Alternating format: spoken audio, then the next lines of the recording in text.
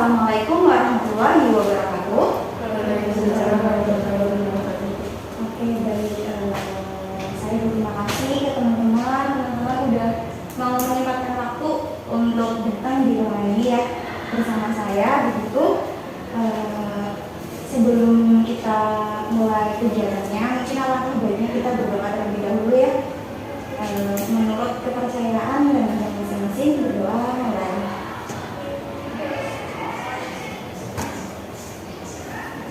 Berdoa selesai. Mungkin karena saya sudah pernah masuk kelas teman-teman itu kayaknya 3 kali. Ini apa ya? 3 kali atau 2 kali? Atau mungkin 4 kali, saya rada lupa. 3 kali ya, 3 kali. Ini teman-teman sudah tahu nama saya ya. Tapi saya belum tahu nama teman-teman, mana yang Mbak Jessi, mana yang Mbak. Teman bisa memperkenalkan diri dulu. Dari kanan saya atau dari kiri saya? Silahkan. Kanan. Oh, kanan. Saya Amelia. Amelia, dipanggilnya Amel begitu ya. Terus Saya Rizky, nama saya Semula, bisa dipanggil Rizky. Ines. Saya Rizky Herwati, dari JJ. JJ. Oke.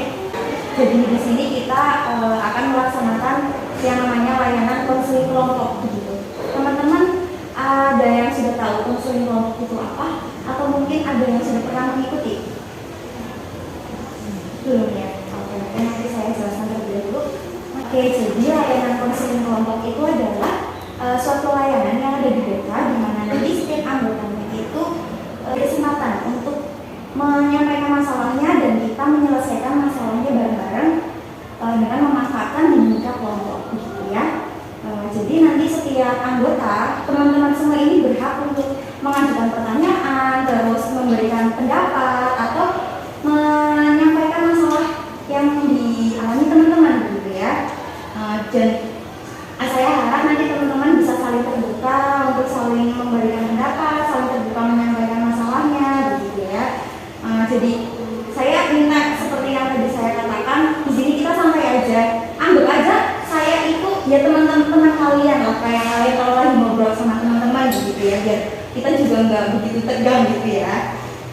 Jadi saya di sini dan teman-teman di sini itu tugasnya hanya menjadi agen rahasia. Jadi teman-teman nanti ketika ada sesuatu hal yang mungkin bersifat rahasia, saya minta tolong ke teman-teman untuk merahasiakan hal tersebut sampai di sini saja, cukup kita saja yang tahu, jangan sampai bocor keluar begitu ya teman-teman. Setuju? Setuju ya. Dan tentunya di dalam konseling kelompok ini memiliki akses teman-teman. Yang pertama itu akses keterbukaan, di mana nanti teman-teman secara terbuka untuk menyampaikan pendapatnya, menyampaikan masalahnya seperti itu ya.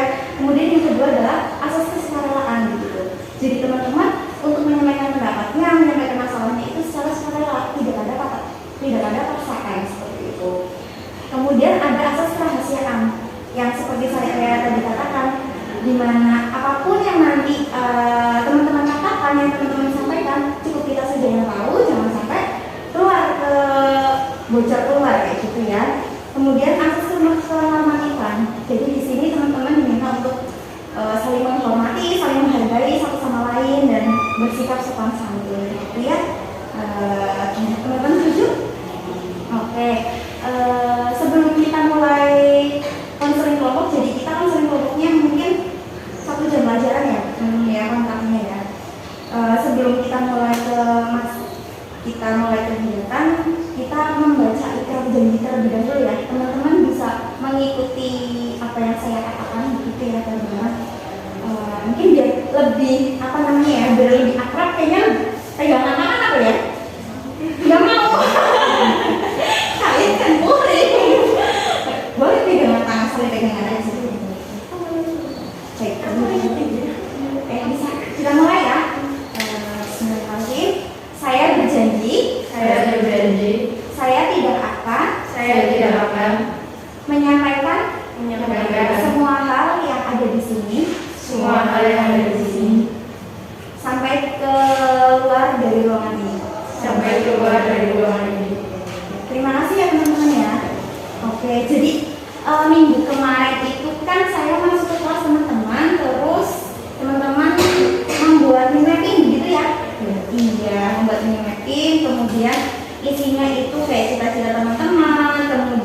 minat dan bakat teman-teman, kelemahan dan kelebihan gitu. Nah, dari yang saya amati di sini, dari minat teman-teman semua, jadi teman-teman ini memiliki kelemahan yang hampir sama. Kira-kira apa kelemahannya? Suka marah, iya, gampang emosi, terus sulit, gak bisa kontrol emosi, sulit untuk mengontrol emosi ya. Masalah teman-teman, salah satu masalah teman-teman itu ya. Oke, mungkin dari teman-teman ada yang mau menceritakan terlebih dahulu. Contohnya, maksudnya ketika emosi itu gimana kayak gitu. Mbak Yuninda ini sulit untuk mengontrol emosi begitu? Sebenarnya lebih tepatnya untuk mengontrol ekspresinya. Mengontrol ekspresinya, kayak sulit untuk mengungkapkan emosi ya. Kayak lagi sedih itu gimana, kayak gitu apa gimana? Aku lagi sedih tapi aku untuk mengeluarkan rasa sedihku itu gimana kayak gitu ya. Terus kalau lagi marah aku gimana? Akhirnya Mbak Yunindanya gimana? Diam gitu. Ya, jadi Mbak Yuninda itu punya masalah ketika dia itu sulit untuk mengekspresikan emosinya. Ketika sedih, terus marah, mungkin kecewa, akhirnya karena bingung diam gitu ya. Kemudian dari Mbak Jessi, Misalnya lagi marah atau misalnya jelek, terus ada yang gitu, misalnya ada satu problem, kayak sekali ucap itu bisa kemana-mana gitu omongannya gitu. Jadi lebih diem, cuma kadang diem tuh salah gitu loh di apa di mata orang lain. oh iya, jadi orang lain juga pas salah. kita ucap lebih salah gitu. Malah Jadi kemana kayak Mbak Jessi itu bingung sendiri ya, Mbak Jessi bingung sendiri, aku harus gimana kayak gitu ya. Karena kadang kalau misalnya emosi malah takutnya menyakiti hati orang lain gitu ya. Kalau dari Mbak Karisma, Karisma sih ya Allah, maaf ya, saya Nisa ya Allah, saya nggak salah tuh sampai Karisma ya di bawah. Gimana Mbak Karisma? kalau aku makan fisika tapi nggak diem, jadi kalau makan itu makan ya Marah gitu ya, sering gitu. Sering aku dari Mbak Rizky ya katanya. Mbak Rizky ya. Kalau saya sama kayak ini. Kayak Mbak Yuninda, diem gitu ya. Kalau lagi sedih aku bingung, sedih gimana gitu. Mau nangis aku gimana, dia diem gitu ya. Kalau dari Mbak Amelia, Kayak emosinya itu kan misalnya kayak kita udah mikirin ekspektasi apa gitu ya. Misalnya hari ini aku mau ini, tapi hari ini nggak kejadian semua gitu. Terus hasil ekspektasi terus nanti biasanya kayak emosionalnya tuh nggak stabil, terus jadi kayak diam gitu. Nanti kalau sampai rumah tuh kayak kayak terus apa ya? Gimana sih? gitu lah, kayak gitu ya. Enggak Jadi sih. serba salah. Atau Ya, gimana? apa gitu sih? Ya itu. Mungkin saya simpulkan kayak gini kali ya. Ketika jadi Mbak Amelia itu punya rencana, tapi rencananya itu nggak sesuai sama apa yang direncanakan. Kayak gitu. Kayak contoh kecilnya, hari besok Mbak Amelia itu mau pergi jalan-jalan, tapi ternyata udah dipersiapin nih. Hari ini udah mempersiapkan ini, besok aku mau jalan. Ternyata hari besoknya nggak jalan. Akhirnya emosi lah, seperti itu contohnya dia. Jadi masing-masing dari teman-teman semua ini ada Mbak siapa tadi, Mbak Yuninda, Mbak Cece, terus Mbak Herunisa, Mbak Lucia, sama Mbak Ana itu udah menceritakan masalahnya, sedikit masalahnya seperti itu. Kita selesai bareng-bareng aja. Gimana Mbak Ana, Mbak Lucia, Mbak Nisa, Mbak Yuninda, masalah kita yang kita selesaikan. Persetujuan bareng-bareng aja, siapa aja?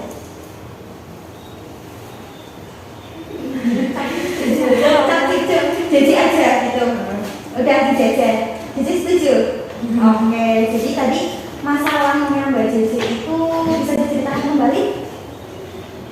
Kalau misalnya ada masalah atau punya nggak enak, terus apa ya? Karena kan nungguin di Iya. Nah, tapi kalau sekalinya ucap itu bener-bener kemana-mana gitu loh, kata-kata semua keluar gitu loh. Padahal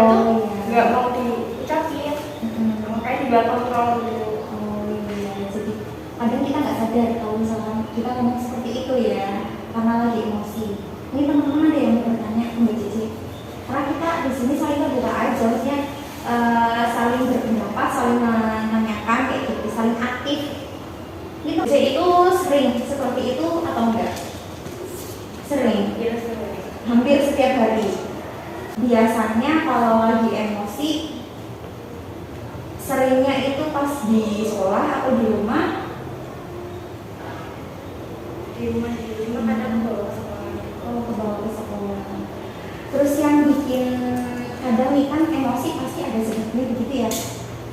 Kadang yang bikin Mbak Cici emosi itu apa? Penyebabnya apa?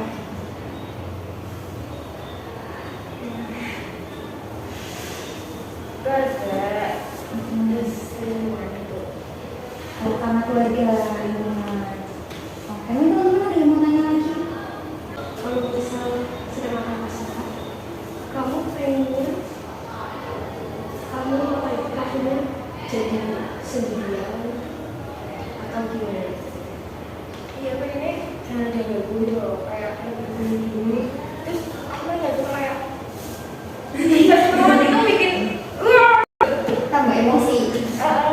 jangan nggak aku nggak lemah gitu loh. Kayak bisa aja gitu. Nah ini terus kayak mikir aku salah juga ya. Sebenarnya Mbak Cici itu juga sadar ya ketika menjadi seperti itu, aku kayak salah dari kayak gitu ya. Mungkin teman ada yang mau berpendapat atau masih solusi nih Mbak Cici? Kira-kira solusinya apa? Ada di percakapan dengan gimana ya? Kalau kamu lagi bercakap bisa nggak sama kamu lebih diem atau apa? Nyala diri sendiri gitu. Kami cuma mau bilang tuh nggak akan ada akhirnya ya nggak sih? Dia diem, nyala diri, pergi. Pergi gitu ya. Kalau sekarang lagi karena kita kenal karena waktu sendiri itu kira-kira apa nggak kalau pengen waktu bersendiri yang kami sendiri atau apa buat ada dari mana gitu. Cuma itu kayak masih dengan yang kayak relasi gitu.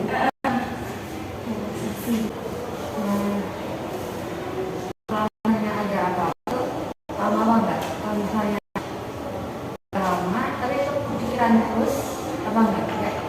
Jadi kayak masalah itu salah, pengennya di situ. Kalau misalnya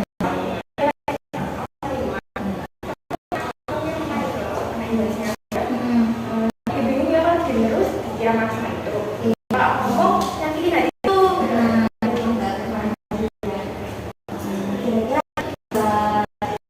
Kira-kira kalau kita lagi marah nih atau lagi mood, ada cara mandinya sendiri atau gimana?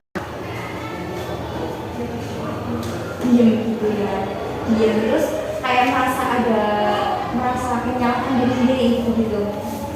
Kira-kira nih kalau di emosi itu kita lebih pilih banyak diem, terus kalau kita lagi banyak memilih lebih diem, kita merasa nanti sekitar merasanya kita tuh lagi marah sama teman-teman kita ya gitu ya, atau enggak sama keluarga.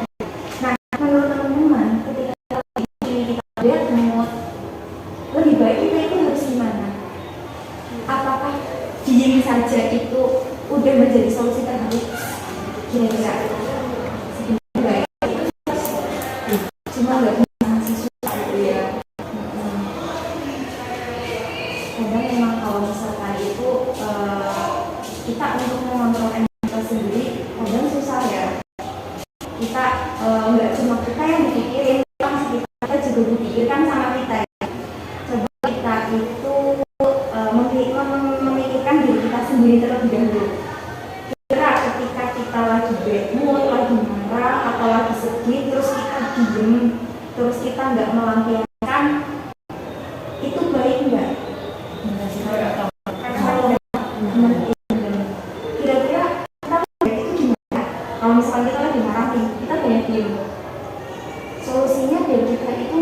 diam terus. Kalau kita diam, kalau kita nggak ada aktivitas, kita hanya diam, pasti kita jadi kepikiran terus.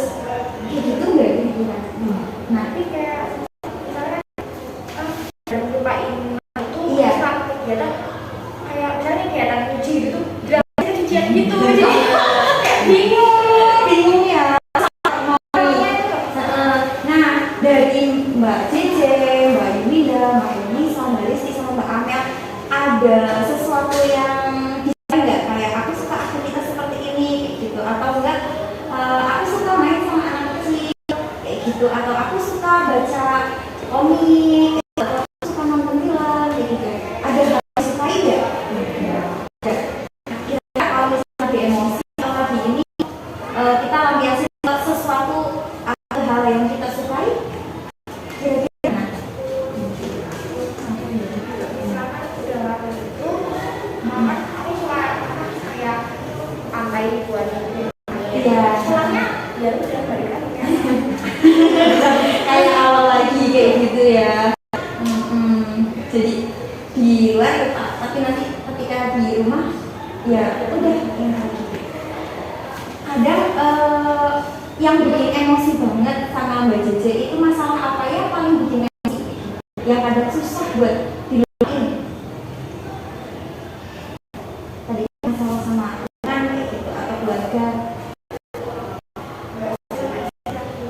Nggak sama ekspektasi, hampir sama dengan Mbak Amel ya, nggak sesuai sama ekspektasi. Iya, kadang memang itu punya rencana ya, ya. Semua pasti punya rencana. Entah kita mau rencana kecil, kita mau main, atau rencana yang besar untuk kedepannya, untuk masa depan kita pasti kita punya rencana. Tapi kita itu kalau misalnya kita punya rencana, kita jangan terlalu berharap. Karena nanti kalau misalkan sesuai apa yang kita rencanain nggak sesuai sama harapan, kita sendiri yang bakalan jadi bad mood, jadi emosi kayak gitu ya. Kira-kira nih kalau misalkan masalahnya hampir sama nih, nggak sesuai sama ekspektasi, terus kemudian suka sulit untuk mengekspresikan emosi, solusi terbaik dari teman-teman apa? Mungkin dari Mbak siapa? Mbak Yunida, solusinya apa selain kita hanya diem saja? Dari Mbak Cici sendiri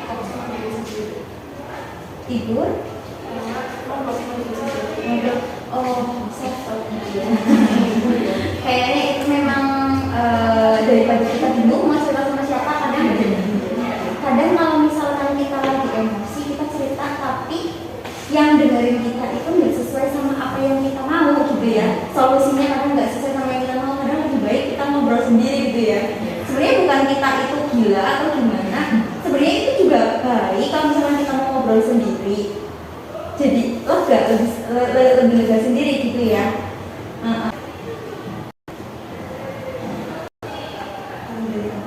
Biasanya karena mungkin bagus kayak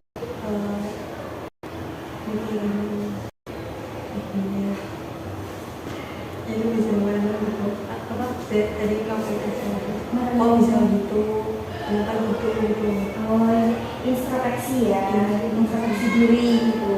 kalau misalnya sih pernah baca katanya kalau misalnya belajar film cerita bisa kayak gitu misalnya bicara sendiri kalau mau bisa nulis kayak tulis diary gitu sendiri supaya bagi penduduk Karena nggak baik kalau dipendam ya.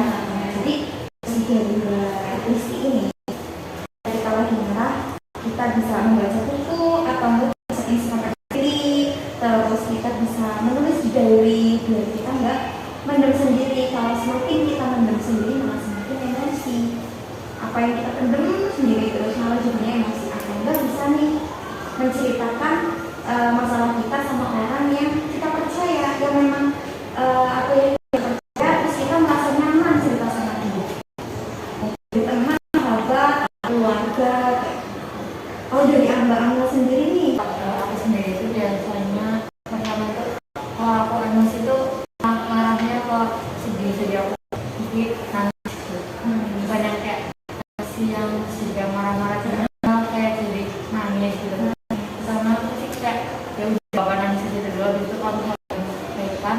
baru kayak ngobrol cuma sendiri. Terus tuh kalau udah biasanya aku kan aku suka makan, terus aku makan itu. Oh iya, jadi pelampiasannya nanti pelampiasannya kan hal-hal yang positif ketika kita lagi marah atau kita lagi nggak bisa kontrol emosi, makan positif ya. Kalau kita makan nangis, sebenarnya nangis itu juga bagus. Kalau misalnya kita nangis, kadang kalau lagi emosi, lagi sedih, lagi marah, lagi capek, kita nangis setelah kita masalah gak bisa apa namanya ya, bisa lagi ke kita semula kayak gitu. Kayak aku saya sendiri, saya marah kayak gitu, marah